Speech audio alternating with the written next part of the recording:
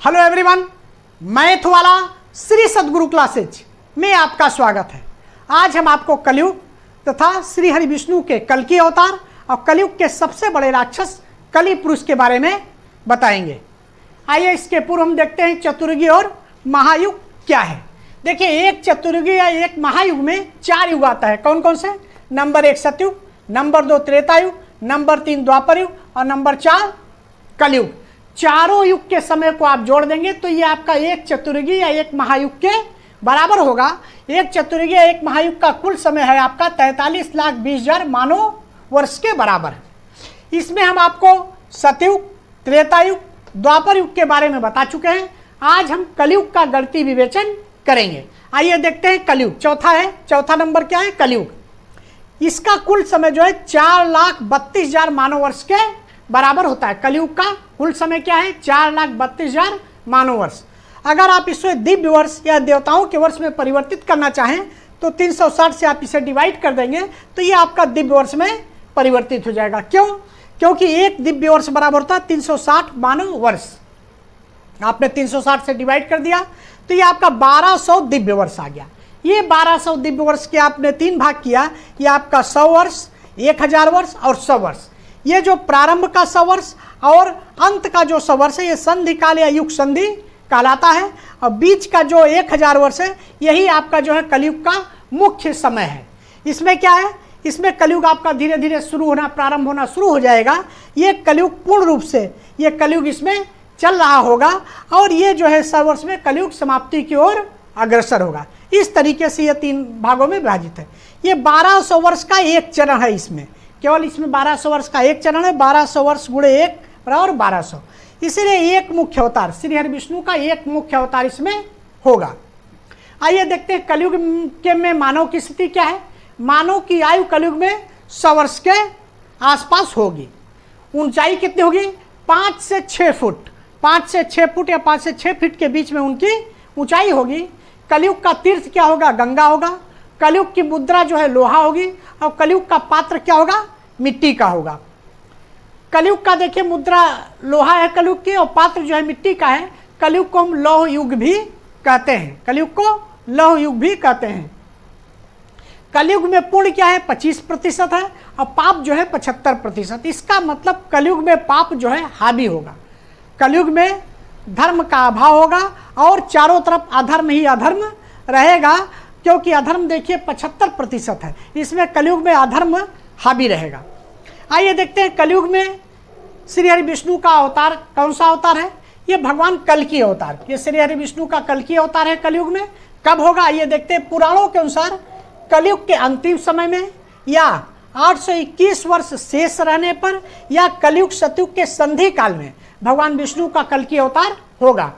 इसका मतलब कि कलयुग का जब अंतिम समय चल रहा होगा तब जो है श्री हरि विष्णु का कल्कि अवतार होगा। कहाँ होगा? उत्तर प्रदेश के मुरादाबाद जिले के संभल नामक स्थान पर ये कल्कि अवतार होगा। कहाँ होगा? देखिए, विष्णु यशा नामक तपस्वी ब्राह्मण के घर भगवान कल्कि पुत्र रूप में जन्म लेंगे। विष्णु यशा या विष्णु यश नामक तपस्वी ब्राह्मण के घर भगवान कल्कि पुत्र रूप में जन्म लेंगे। कहाँ पर लेंगे? देखिए, उत्तर प्रदेश ये आपका राज्य है। उत्तर प्रदेश राज्य के मुरादाबाद जिला, मुरादाबाद आपका ये पूरा मंडल है। इस मुरादाबाद मंडल के संभल नामक स्थान मतलब संभल जिला में विष्णु यशा ब्राह्मण के घर श्री हरि विष्णु का कल्कि अवतार होगा। विष्णु यशा या विष्णु यश ब्राह्मण के घर श्री हरि विष्णु का कल्कि अवतार होगा। जब श्री राम का अवतार हुआ था तो वो 12 कलाओं से युक्त था। उसमें 12 कलाओं से युक्त या 12 गुणों से युक्त था। श्री कृष्ण का अवतार, कृष्णा अवतार जो है 16 कलाओं से युक्त था या 16 गुण थे। अब इसमें आप सोचिए भगवान कल्कि का अवतार जो 16 कलाओं से युक्त है, 64 कलाओं से युक्त या 64 गुण होंगे। इसका मतलब कि श्री हरि विष्णु का कल्कि अवतार सबसे शक्तिशाली अवतार होगा। क्यों शक्तिशाली अवतार होगा? क्योंकि कलयुग में जो राक्षस है वो सबसे शक्तिशाली राक्षस कलि पुरुष जिसका नाम है, अभी हम आगे आपको बताएंगे। अब देखिए, इसमें जब ये कल्कि अवतार होगा तो जितने भी चिरंजीवी पुरुष जो इस समय अभी तक जीवित हैं, जितने भी दिव्य पौराणिक पुरुष हैं, सब जो है कल्कि अवतार में श्री हरि विष्णु के साथ होंगे, भगवान कल्कि के साथ होंगे। और चिरंजीवी पुरुष भगवान परशुराम जो है इनके गुरु होंगे। भगवान कल्की के गुरु जो है कौन होंगे? भगवान परशुराम, जो कि चिरंजीवी पुरुष है, अभी तक जिंदा है, ये उस समय इनके गुरु होंगे। इस तरीके से श्री विष्णु का कल्की अवतार होगा। आइए देखिए कलयुग का प्रारंभ कब हुआ। ये भागवत पुराण के अनुसार है। भगवान श्री कृष्ण इस पृथ्वी से प्रस्थान के तुरंत बाद कलयुग का प्रारंभ, जब श्री हरि विष्णु या भगवान श्री कृष्ण इस पृथ्वी से प्रस्थान किए या स्वर्ग को गए, उसी समय कलयुग का प्रारंभ हो गया। कलयुग का प्रारंभ देखिए 3102 ईसा पूर्व कलयुग की शुरुआत हुई। 3000 जब ईसा मसीह का जन्म हुआ, उससे 3102 ईसा पूर्व से कलयुग शुरू हुआ। इस समय आपका 2022 चल रहा है। इसका मतलब आप देखिए 5124 वर्ष जो है कलयुग के पूरे हो चुके हैं। अब देखिए जब श्री कृष्ण स्वर्ग की ओर गए तो उन्होंने सारा राजपाट उस समय के सबसे धार्मिक राजा परीक्षित को सौंप दिया। राजा परीक्षित जो है उस समय के सबसे धार्मिक राजा थे और उन्होंने भगवान श्री कृष्ण ने सारा राजपाट उस समय के सबसे धार्मिक राजा परीक्षित को सौंप दिया। और इसीलिए कलयुग के पहले राजा परीक्षित थे। कलयुग के पहले राजा कौन थे? राजा परीक्षित जो है कलयुग के पहले राजा थे। देखिए राजा परीक्षित थे कौन, आइए देखते हैं। राजा परीक्षित अर्जुन के पौत्र थे। अभिमन्यु और उत्तरा के पुत्र थे। अर्जुन के पुत्र अभिमन्यु थे और अभिमन्यु और उत्तरा के पुत्र जो है राजा परीक्षित थे। राजा परीक्षित के पुत्र जो है जन्मेजय थे। देखिए इनके पुत्र जो है जन्मेजय थे। जब उस समय कलयुग प्रारंभ हुआ तो कलयुग के राजा जो है राजा परीक्षित थे।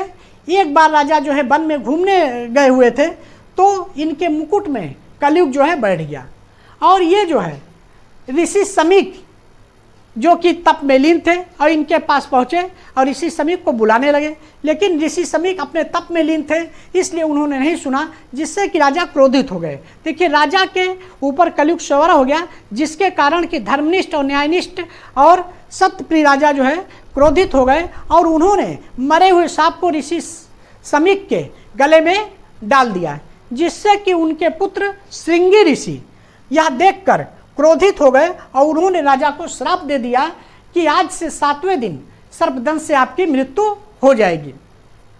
जब ऋषि समीक तब से अलग हुए तब उनके पुत्र ने पूरी कथा को उनसे बताया तो उन्होंने कहा कि पुत्र ये तुमने क्या कर दिया, ये तो बहुत बड़ा अपराध बहुत घोर अपराध तुमने कर दिया। और उन्होंने राजा परीक्षित से क्षमा मांगी, लेकिन अब श्रृंगी ऋषि जो इनके पुत्र थे वो श्राप दे चुके थे, इसलिए वो श्राप वापस नहीं होने वाला था और राजा परीक्षित की मृत्यु जो है ठीक 7वें दिन तक्षक सर्प ने राजा परीक्षित को काटा और राजा परीक्षित की मृत्यु हो गई।